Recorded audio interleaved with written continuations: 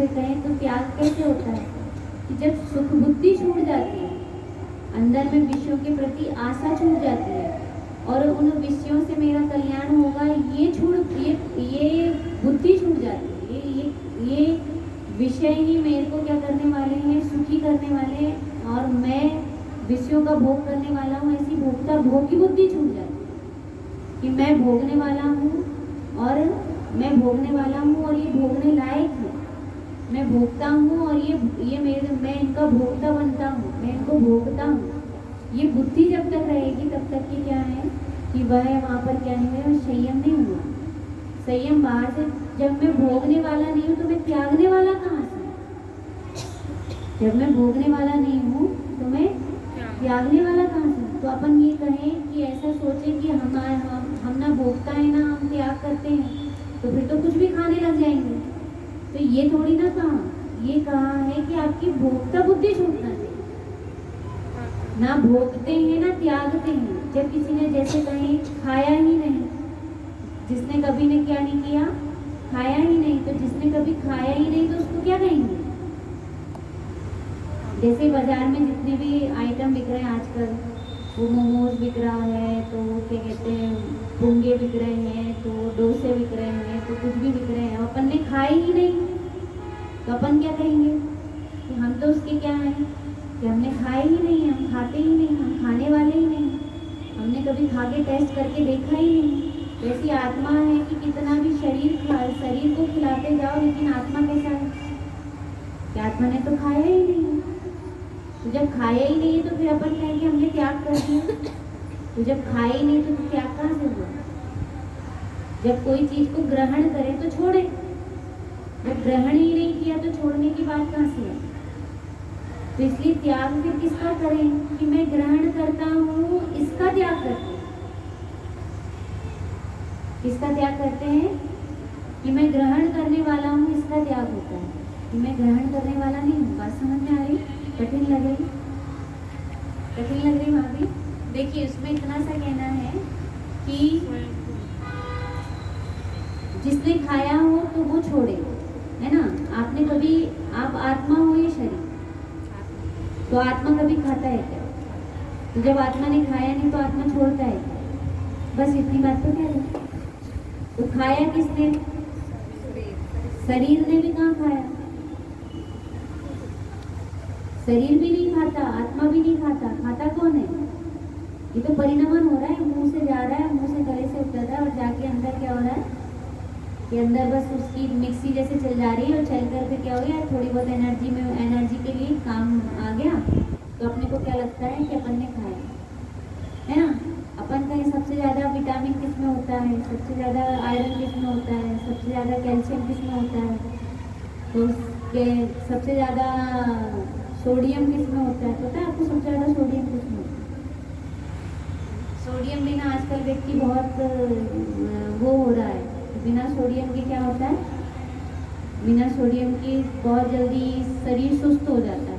Sodium की कमी हो गई, शुगर की कमी हो गई। तो सबसे ज़्यादा शुगर किस में होती है?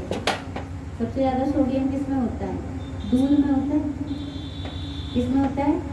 दूध में होता है। B12 किस में होता है? कद्दू में होता है, कद्दू के बीज में होता है ना। लेकिन अब देखो, अब वो अपन कहें कि वो सोडियम गया तो शरीर में क्या हुआ?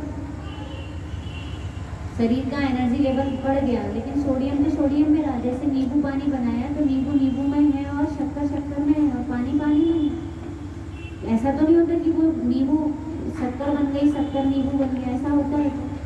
वैसे शरीर में भी है, सोडियम में है, कैल्शियम में है, विटामिन 12 में है। हर एक चीज़ कहाँ है? शरीर में है। कहाँ है वो? जिसमें शरीर में है, शरीर के हर एक तत्व भी जो है वो उसमें ही है। लेकिन क्या है कि वो अपने को क्या लगता है कि उसको लेकर अपने को एनर्जी लग रही है ना। तो वो एनर्जी क्या है कि वो मिश्र स्कंद का समूह है। किसका समुदाय है वो? मिश्र स्कंद का। मिश्र स्कंद से ऐसा भाषित होता है। तो इसलिए यहाँ पर भी कहा कि वास्तव में देखें तो कौन है कि कौन है? आत्मा ने कितना खाया या फिर शरीर ने कितना खाया? तो अब बोलो भाभी, शरीर ने खाया कि सोडियम में रहा? सोडियम सोडियम में रहा, कैल्शियम कैल्शियम में रहा, आयरन आयरन में रहा, तब तो शरीर में आयरन है। इसको चेक कैसे कर लेते हैं? डॉक्टर लोग चेक करते हैं कि सोडियम कितना है, इसका मतलब सोडियम शरीर में अलग से होगा तब तो चेक हुआ। आयरन अलग से समझ में जाते हैं कि आयरन कम हो रहा है, ज़्यादा हो रहा है, कैसे बता दिए? उन्होंने तो थोड़ा सा ब्लड लिए थे और ब्लड से बता दिए, तो इसका मतलब क्या हुआ कि ब्लड में सोडियम है, ब्लड में ही क्या है? आयरन है, ब्लड में ही कैल्शियम है, ब्लड में ही B12 है, उसमें ही सारी चीज़ें हैं। तो ये कहाँ से पता चली? क्योंकि वो उसमें ही है, वो शरीर में नहीं है। जैसे नींबू का पानी बनाए, नींबू पानी बनाए तो नींबू में रहता है, नींबू शक्कर में नहीं होता। ऐसे आयरन आयरन में रहता है, आयरन कैल्शियम में नहीं होता। मिक्स थोड़ी ना हो गए वो सारी चीज़ कैसी है, वो अपने अपने में रहने वाली है। तो ऐसे ही यहाँ पे भी कहना है। तो शरीर ने भी कहाँ खाया? न शरीर ने खाया और ना आत्मा ने खाया। किसने खाया? किसने खाया? बस हमने मोह किया। क्या किया हमने? मोह किया। मोह करके हमने क्या सोच लिया कि हमने खाया। मोह करके क्या सोच लिया कि हमने खाया। तो कहना है कि ये कहना है कि जब हमने खाया ही नहीं, शरीर ने खाया ही नहीं, तो जब ग्रहण नहीं किया तो त्याग किसका करें? तो फिर कहोगी फिर दीदी इसमें क्यों लिखा कि आप प्रत्येक खानावरण में थोड़ा भी संयम धारण करने नहीं देती? तो थोड़ा भी संयम धारण नहीं करने देती, इसका मतलब यही है कि थोड़ा भी संयम धारण नहीं करने देती कि उसमें ऐसा ही भाव रहता है कि इनके बिना हमारा नहीं चलेगा। इनके बिना कि जो 5 इंद्रिय के विषय हैं, इन 5 इंद्रिय के विषयों के बिना हमारा नहीं चलेगा। ऐसा कौन सोचता है? अप्रत्यक्ष। कौन सी प्रत्यक्ष खानावरण? अप्रत्यक्ष खानावरण। फिर उसके बाद क्या कहा कि इसकी स्थिति कितनी होती है? 1 पक्ष से अधिक और 6 माह से कम। देखो ये कहना है इतने समय भी, कितने समय भी? 6 माह से कम, 6 माह से कम तक भी कषाय बनी रह सकती है। कितने समय के कम तक के? 6 माह से कम तक बनी रह सकती है। किस प्रकार की? असंयम वाली। असंयम मतलब संयमी पसंद नहीं आए, संयम पसंद नहीं आए, संयमी भाव पसंद नहीं आए, इस प्रकार की कषाय कैसी? ऐसी बुरा करने के भाव आ जाए तो ये भी कितने समय तक बनी रह सकती है? असंयम करने की। क्या करने की? असंयमी भाव जो होते हैं उसकी भी क्या कब तक बनी रहेगी? 6 माह से कम और 15 दिन से अधिक। ठीक है। और प्रत्येक खानावरण की कितनी बनी रहेगी?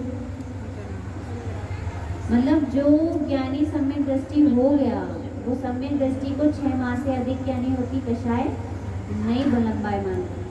6 माह के अंदर ही अंदर क्या हो जाएगी? उसकी कषाय समाप्त हो जाएगी। और जो सकल और फिर जो अणुव्रति होगा, कौन होगा? अणुव्रति होगा। उनको कितने रहेगी? उनको 15 दिन से कम और अंतर्मुहूर्त। अब बताओ, प्रतिशावक तो ऐसे होते हैं जिनके अप्रत्यक्ष खानावरण कषाय का अभाव हो गया हो, वो कितने समय तक बनी रहती है उनकी कषाय? 15 दिन से कम और अंतर्मुहूर्त। ज़्यादा से ज़्यादा हुई तो अंतर्मुहूर्त के लिए और ज़्यादा हुई तो 15 दिन से कम के लिए। हमने देखा कई बार ऐसा होता है, किसी से अपनी कोई बात हो गई है ना, कोई बात हो गई और उसका अपने को अंतर्मुहूर्त के अंदर ही लगा कि चलो ये बात कैसी हो गई तो हो गई, खत्म करो। लेकिन कभी जिसको कषाय का पक्ष होता है ना, तो वो उसको लंबायमान करते हैं। जबकि वो कई कषाय ऐसी होती है अपनी, जैसे परिवार में होता है ना कि मम्मी ने कुछ कह दिया, पापा ने कुछ कह दिया, तो यदि मिथ्या दृष्टि हो, पहले गुलिस्तान वाले हों, तो वो तो क्या करेंगे? लंबायमान करेंगे। और जो तत्व ज्ञानी हो वो क्या करेंगे? उसको घटाएंगे, है ना। तो ऐसी होती है। और जो महाव्रती होते हैं, कौन होते हैं?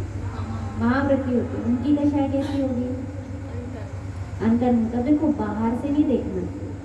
अपन देखेंगे कोई मुनिराज है और मुनिराज को देखकर क्या कहेंगे? इनकी इतनी कषाय क्यों? इनको तो अंतर्मुहूर्त रहना चाहिए। तो बाहर से गुणस्थान नहीं होते, बाहर से गुणस्थान नहीं होते कि महाव्रती दिख रहे हैं, वो तो चरणानी योग से महाव्रती दिख रहे हैं। लेकिन उनके परिणाम कहाँ हैं? कि परिणामों में उनका चौथा चल रहा है कि 5वां चल रहा है कि 6वां 7वां चल रहा है, वो उस पर डिपेंड करेगा और उसके अनुसार उनकी कषाय होगी। अपन कहें कि वो उनका गुण स्थान बढ़ भी सकता है और बढ़ के नीचे भी आ सकता है, गिर भी सकता है। तो महाव्रत तो बाहर दिखाई दे रहे हैं। महाव्रत कहाँ दिखाई देते हैं? बाहर दिखाई देते हैं। अणुव्रत तो कहाँ दिखाते हैं? बाहर दिखाई देते हैं। आपको लगे कि दीदी कैसी है, कि दीदी तो अणुव्रत जैसे तो पालन कर रही है, इनका जीवन कैसे अणुव्रत का है, लेकिन ये बाहर का है, चरणानी युग से। किसके अनुसार है ये? चरणानी युग से। अंदर क्या हो रहा है कि अंदर यदि स्वभाव सन्मुखता होएगी, स्वभाव का भान होगा, स्वभाव का अहम होगा, अपने ध्रुव स्वभाव का अहम होगा, मैं आत्मा हूँ परिपूर्ण, इसका अहम होगा, तो इसके अहम में क्या होने वाला है ना, इसका अहम होगा। तो इसके अहम में क्या होने वाला है कि उसके अहम में फिर ऐसा होगा कि 6 महीने से अधिक क्या नहीं होगी, 6 महीने की कम में ही वो कषाय कैसी हो जाएगी? नष्ट हो जाएगी।